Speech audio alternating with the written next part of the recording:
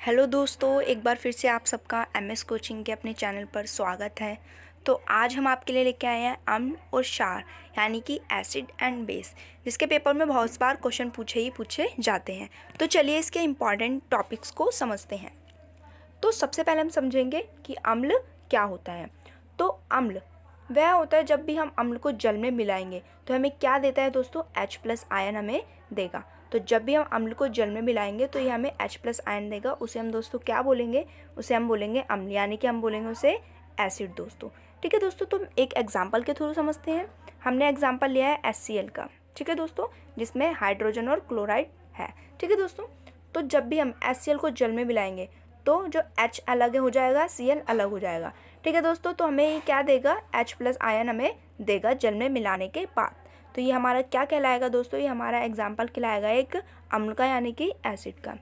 अगला समझते हैं दोस्तों लिटमस पेपर। लिटमस पेपर के थ्रू भी हम अम्ल को जांच सकते हैं। ठीक है दोस्तों, तो लिटमस पेपर क्या काम करता है, जब भी हम अम्ल को लिटमस पेपर पे डालेंगे तो अगर लिटमस पेपर नीले से कैसा हो जाएगा दोस्तों, हमारा लाल में चेंज हो जाएगा। कैसा हो जाएगा दोस्तों, नीले से लाल में चेंज हमारा हो जाएगा। मतलब कि जब भी हम लिटमस पेपर पर अम्ल डालेंगे, ठीक है दोस्तों, हमने समझ लीजिए HCl अम्ल डाला है, ठीक है दोस्तों, लिटमस पेपर पे, और हमारा लिटमस पेपर कैसा हो जाएगा, ब्लू से रेड में चेंज हो जाएगा। तो इसके थ्रू भी हम पता लगा सकते हैं कि कौन अम्ल है कौन क्षार है। ठीक है दोस्तों, तो लिटमस पेपर के बारे में समझते हैं। जो हमारा लिटमस पेपर होता है दोस्तों, वो हमारा किससे बना होता है दोस्तों, हमारा लाइकेन से बना होता है। किससे बना होता है दोस्तों, लाइकेन से बना होता है। ठीक है, और जो लाइकेन हमारा बना होता है वो दो चीज़ों का सम्मिश्रण होता है। मतलब कि हमारा दो चीज़ों, मतलब एल्गी और हमारा फंगस का मिश्रण होता है, उससे हमारा बनता है हमारा लाइकेन। ठीक है दोस्तों, और जो लाइकेन होता है वो पौधों की जगत में थैलोफाइटा में ऐड किया जाता है।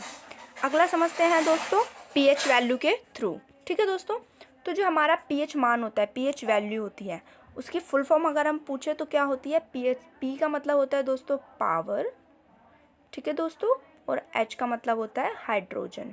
ठीक है दोस्तों, अगर कोई भी आपसे पीएच का फुल फॉर्म पूछे तो आप बता सकते हो पी मतलब पावर, एच मतलब हाइड्रोजन। पी मतलब कई बार पोटेंशियल भी हम बोल सकते हैं, दोनों हो सकता है, पावर भी और हाइड्रोजन भी। तो पीएच मान समझते हैं, पीएच मान के थ्रू हम कैसे समझ सकते हैं, फिर पीएच वैल्यू के थ्रू हम कैसे समझ सकते हैं। तो आप जो देख रहे हो 0, 1, 2, 3, 4, 5, 6 एंड 7, तो जो 7 से नीचे के होंगे वो सारे कैसे होंगे, एसिड, मतलब कि अम्लीय प्रकृति के होंगे। और जो 7 होगा वो न्यूट्रल होगा, मतलब कि उदासीन होगा। और अगर हम 7 से ऊपर जाएंगे तो वो सारे क्षारीय प्रकृति के हमें मिलेंगे, मतलब कि हमें बेस मिलेगा इसमें जब भी हम 7 से ऊपर की तरफ जाएंगे। ठीक है दोस्तों, तो 7 के नीचे वाले जितने भी होंगे पीएच मान जिनका भी 7 से नीचे होगा दोस्तों, वो हमारे सारे क्या होंगे दोस्तों, एसिड होंगे, मतलब कि हमारे अम्ल होंगे दोस्तों। ठीक है दोस्तों, तो चलिए आगे समझते हैं। अब समझते हैं अम्ल के कौन कौन से प्रकार होते हैं। ठीक है दोस्तों, तो अम्ल के हमारे 3 प्रकार होते हैं। ठीक है, ये 3 प्रकार हमारे होते हैं। तो 3 प्रकार में सबसे पहला हमारा कार्बनिक और अकार्बनिक। तो कार्बनिक जो प्रकार होता है हमारा दोस्तों, वो हमारा होता है जो भी हमें नेचर से चीज़ें मिली हैं उनमें जितने भी जो हमारे अम्ल हैं वो कौन से होंगे दोस्तों, हमारे वो होंगे कार्बनिक। ठीक है दोस्तों, जैसे कि अगर हम बात करते हैं दूध की बात करते हैं, ठीक है दोस्तों, दूध में क्या होगा हमारा कार्बनिक अम्ल पाया जाएगा। लेकिन अगर हम अकार्बनिक की बात करते हैं तो दोस्तों ये हमारा होता है, हमें नेचर से नहीं मिला होता। मतलब कि जो नेचुरल चीज़ें होती है उसमें कुछ चीज़ों को मिलाकर जब हम बनाते हैं तो वो अकार्बनिक अम्ल कहलाते हैं। उसमें मतलब कि कार्बन की मात्रा नहीं होगी, लेकिन कार्बनिक में कार्बन की मात्रा होगी और ये हमें नेचर से मिलेंगे। ठीक है दोस्तों, अब हम बात करते हैं सांद्र अम्ल और तनु अम्ल। तो जो हमारा सांद्र अम्ल होता है दोस्तों, वो ऐसा अम्ल होता है जिसमें क्या होता है, पानी की मात्रा कम होती है जबकि अम्ल की मात्रा ज़्यादा होती है। तो ऐसा अम्ल जिसमें अम्ल की मात्रा है वो ज़्यादा होगी हमेशा दोस्तों। ठीक है दोस्तों, और जो पानी की मात्रा है वो हमारी हमेशा कम होगी। तो ऐसे अम्ल को हम क्या बोलेंगे, सांद्र अम्ल। तनु अम्ल इसका अपोजिट होता है। तो जो तनु अम्ल होता है उसमें हमेशा पानी की मात्रा ज़्यादा होगी दोस्तों और अम्ल की मात्रा हमेशा कम होगी। ठीक है दोस्तों, पानी की मात्रा ज़्यादा और अम्ल की मात्रा कम होगी। तो ऐसे को हम क्या बोलेंगे दोस्तों, तनु अम्ल बोलेंगे। ठीक है, तो अगला समझते हैं, अगला है हमारा प्रबल अम्ल और दुर्बल अम्ल।